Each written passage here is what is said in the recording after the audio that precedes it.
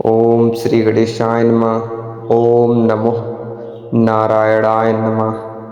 हे भक्तजनों, अब श्रद्धा और भक्ति के साथ ज्येष्ठ मास महात्म्य के छठा अध्याय को सुनते हैं। इस अध्याय के श्रवण मास से मनुष्य के अनेक जन्मों के पाप नष्ट हो जाते हैं और भगवान श्री हरि विष्णु की कृपा प्राप्त होती है। प्राचीन समय में एक नगर में धर्मपाल नाम का एक वैश्य रहता था। वह अत्यंत धनी था। उसके पास असीम शक्ति, धन संपत्ति, बड़े बड़े भवन और अनेक सेवक थे, किंतु धन के अभिमान में वह कभी दान पुण्य नहीं करता था। गरीबों और साधुओं को देखकर वह उनका अपमान करता और कहता, धन ही संसार में सबसे बड़ी शक्ति है। उसकी पत्नी धार्मिक स्वभाव की थी। वह उसे बार बार समझाती, स्वामी, यह धन सदा साथ नहीं रहेगा। भगवान की भक्ति और दान पुण्य ही मनुष्य के साथ जाते हैं। लेकिन धर्मपाल उसकी बातों को अनसुना कर देता। समय बीतता गया। एक वर्ष ज्येष्ठ मास आया। नगर में एक महान संत पधारे। वे प्रतिदिन लोगों को ज्येष्ठ मास का महत्व और सुनाते थे और कहते, जो मनुष्य ज्येष्ठ मास में प्रातः स्नान करता है, प्यासों को जल पिलाता है, अन्न दान करता है और भगवान विष्णु का स्मरण करता है, उसे अच्छे पुण्य की प्राप्ति होती है।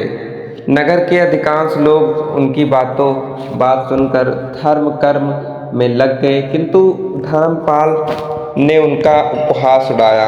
एक दिन संत स्वयं उनके घर पहुंचे और बोले, वत्स, भगवान ने तुम्हें बहुत धन दिया है, इसका कुछ भाग दान और सेवा में लगाओ। धर्मपाल हंसते हुए बोला, महाराज, धन कमाना आसान नहीं होता, मैं इसे किसी को यूं ही नहीं दे सकता।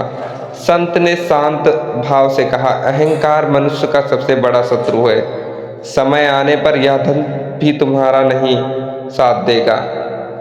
और इतना कहकर संत वहां से चले गए। कुछ महीने बाद धर्मपाल के जीवन में विपत्तियां आने लगी। उसके व्यापार में भारी घाटा हुआ।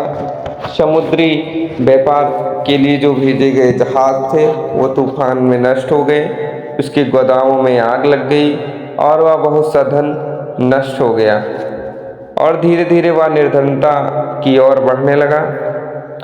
अब उसे संत के वचन याद आने लगे। एक रात वह अत्यंत चिंतित होकर सोया।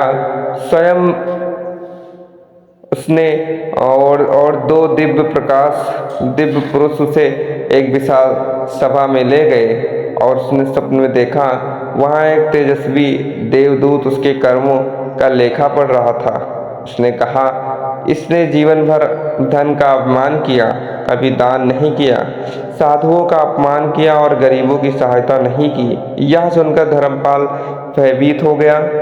तभी उसकी नींद खुली।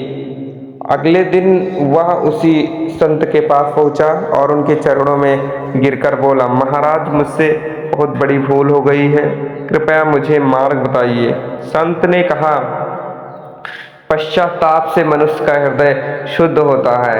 अभी भी समय है। ज्येष्ठ मास में भगवान विष्णु का व्रत करो, स्नान करो और जलदान करो। अपनी सामर्थ्य के अनुसार दान पुण्य करो। धर्मपाल ने संत की आज्ञा स्वीकार कर ली। अगले ज्येष्ठ मास से उसने प्रतिदिन प्रातः स्नान करना प्रारंभ किया। उसने नगर में जगह जगह शीतल जल के घड़े रखवाए ताकि यात्रियों को पानी मिल सके। गरीबों को भोजन कराया, वस्त्र दान किए और भगवान विष्णु का पूजन करने लगा। धीरे धीरे उसके जीवन में परिवर्तन आने लगा। उसका मन शांत रहने लगा। लोगों का सम्मान उसे पुनः मिलने लगा। कुछ समय बाद उसका व्यापार भी सुधर गया। पहले की अपेक्षा अधिक समृद्ध हो गया वो। अब वह समझ चुका था कि धन का वास्तविक उपयोग सेवा और धर्म है। एक दिन भगवान विष्णु ने स्वप्न में उसे दर्शन दिए और कहा, हे धर्मपाल, जिसने अपने दोषों को स्वीकार कर लिया और धर्म के मार्ग पर चल पड़ा, वह मेरा प्रिय भक्त है। ज्येष्ठ मास में किया गया स्नान, दान और भक्ति मनुष्य के जीवन को पवित्र बना देता है। धर्मपाल की आंखों में आनंद के आंसू बहने लगे। उसने भगवान को प्रणाम किया और जीवन भर धर्म तथा सेवा के कार्य करता रहा।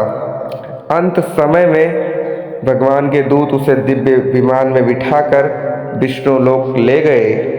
जो श्रद्धालु ज्येष्ठ मास महात्म्य के इस 6वें अध्याय का पाठ या श्रवण करता है, उसके जीवन में अहंकार दूर होता है, धन की वृद्धि होती है, परिवार में सुख शांति बनी रहती है तथा भगवान विष्णु की कृपा सदैव प्राप्त होती है। तो बोलो श्री विष्णु भगवान की जय, लक्ष्मी माता की जय, श्री ज्येष्ठ महात्म्य की जय।